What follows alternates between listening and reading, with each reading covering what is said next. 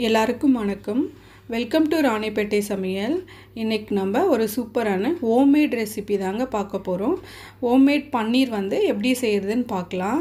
ரொம்ப சூப்பராக ஈஸியாகவே நம்ம வீட்டில் செஞ்சிடலாம். அப்படியே ஸ்பாஞ்ச் மாதிரி ரொம்ப சாஃப்டாக இருக்கும். ப்ரிசர்வேட்டிவ்ஸ்லாம் எதுவும் இல்லாமல் நம்ம வீட்டிலையே ரொம்ப அழகாக செஞ்சு நம்ம ரெசிபீஸ்லாம் செய்யலாம். இதுக்கு டைமும் ரொம்ப நேரம் எடுக்காது. ஒரு 10 மினிட்ஸ்லேயே செஞ்சு முடிச்சிடலாம். ரெஸ்டிங் டைம் தான் வேணும்.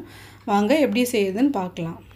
இப்போ 1 லிட்டர் வந்துட்டு நான் பால் எடுத்திருக்கேன். இந்த பால் வந்துட்டு ஃபுல் க்ரீம் மில்க்குன்னு சொல்லுவாங்க. அந்த பால் வந்து எடுத்திருக்கேன். இந்த பால் தான் வந்துட்டு பன்னீருக்கு ரொம்ப நல்லாயிருக்கும். இப்போ நான் ஒரு பவுல் வந்து எடுத்திருக்கேன். அதில் ஒரு சின்ன கப்பில் 1 கப் வினிகர் வந்து எடுத்திருக்கேன்.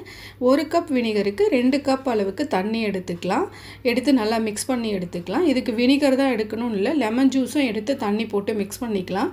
ஆனால் ஹோம்மேட் பன்னீருக்கு வினிகர் தான் ரொம்ப நல்லாயிருக்கு. இப்போ நான் கேஸ் ஸ்டவ் ஆன் பண்ணி பால் வந்துட்டு வச்சுருக்கேன். இப்போ இதை லைட்டாக நம்ம மிக்ஸ் பண்ணிக்கிட்டே இருக்கலாம். மிக்ஸ் பண்ணிக்கிட்டே இருந்தோம்னா நமக்கு ஆடை கட்டாது, அடியும் பிடிக்காது. இல்லைனா இந்த ஃபுல் க்ரீம் இருக்கிறதுனால சீக்கிரமாக அடி பிடிக்க ஆரம்பிச்சிரும். அப்புறம் அந்த தீஞ்ச ஸ்மெல்லு வரும். அதனால் நல்லா மிக்ஸ் பண்ணிக்கிட்டே இருக்கலாம்.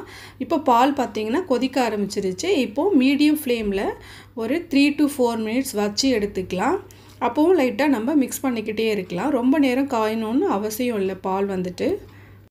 இப்போ பால் வந்துட்டு ஒரு 3 நிமிஷம் காஞ்சிருச்சு. இப்போ நான் ஃப்ளேம் வந்து ஆஃப் பண்ணிட்டேன். இப்போ நம்ம தண்ணியில் மிக்ஸ் பண்ணி வச்ச வினிகரை வந்து கொஞ்சம் கொஞ்சமாக அதில் சேர்க்கலாம். இப்போ நான் முதல்ல ஒரு 3 டீஸ்பூன் அளவுக்கு சேர்த்துருக்கேன். சேர்த்துட்டு அதை லைட்டாக மிக்ஸ் பண்ணிடலாம். இப்போ ஃப்ளேம் வந்து நான் ஆஃப் பண்ணி தான் வச்சுருக்கேன். இப்போ பார்த்திங்கன்னா லைட்டாக அந்த பால் வந்துட்டு திரிய ஆரம்பிக்குது. இப்போ மறுபடியும் இன்னும் கொஞ்சம் வினிகர் வந்து சேர்த்துக்கலாம். கொஞ்சம் கொஞ்சமாக சேர்த்துக்கலாம், ஃபுல்லாக சேர்க்காம.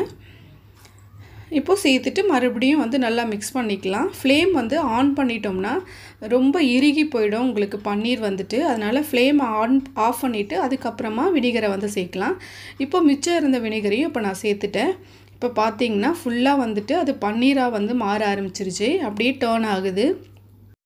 இப்போ அது பன்னீர் தனியாக வர வரைக்கும் லைட்டாக மிக்ஸ் பண்ணிக்கிட்டே இருக்கலாம். நம்ம வந்துட்டு வினிகர் வந்து சேர்த்துருக்கோம். அதனால் தண்ணியெல்லாம் ஊற்றி அலச வேண்டியதில்லை. அப்படியே நம்ம புழிஞ்சு எடுத்துக்கலாம். சில டைமில் தண்ணி வந்து நம்ம சேர்க்கும்போது என்ன ஆகுதுன்னா பன்னீர் வந்து செட் ஆகாமல் உதிரி ஆகிடுது. அப்புறம் லெமன் ஜூஸ் சேர்த்தோம்னா கூட உங்களுக்கு லைட்டாக அந்த புளிப்பு டேஸ்ட் வந்து இருக்கும். ஆனால் வினிகர் சேர்க்கும் போது அந்த மாதிரி இல்லை. நீங்கள் வேணால் டேஸ்ட் பண்ணி கூட பார்க்கலாம் இந்த டைமில். இப்போ ஒரு பவுலில் நான் ஒரு வடிகட்டி வந்து எடுத்து வச்சுருக்கேன்.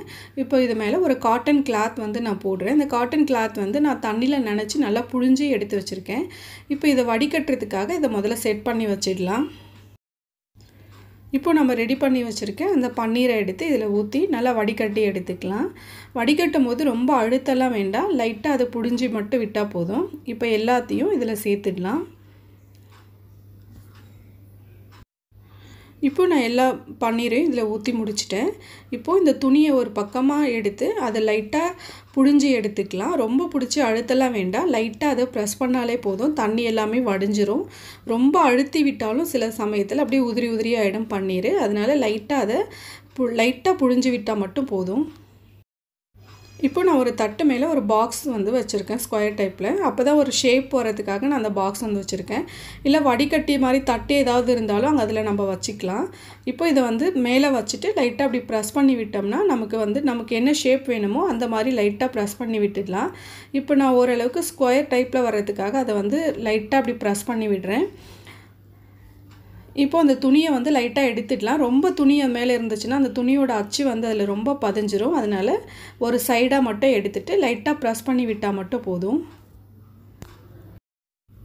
இப்போ நான் ஓரளவுக்கு செட் பண்ணிட்டேன்.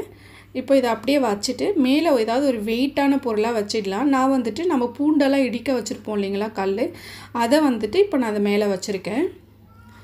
இப்போ இந்த மாதிரி வெயிட்டான பொருள் ஏதாவது வச்சுட்டு இதை அப்படியே ஒரு மணி நேரத்துலேருந்து 2 மணி நேரம் அப்படியே விட்டுடலாம். இப்போது ஒரு 2 மணி நேரம் ஆயிடுச்சு. நான் ஒரு 10:30 போல் வச்சேன். இப்போ ஒரு 12:30 ஆயிடுச்சு. இப்போ இதை வந்து எடுத்துடலாம். பன்னீர் வந்துட்டு எப்படி இருக்குன்னு சொல்லி பார்க்கலாம்.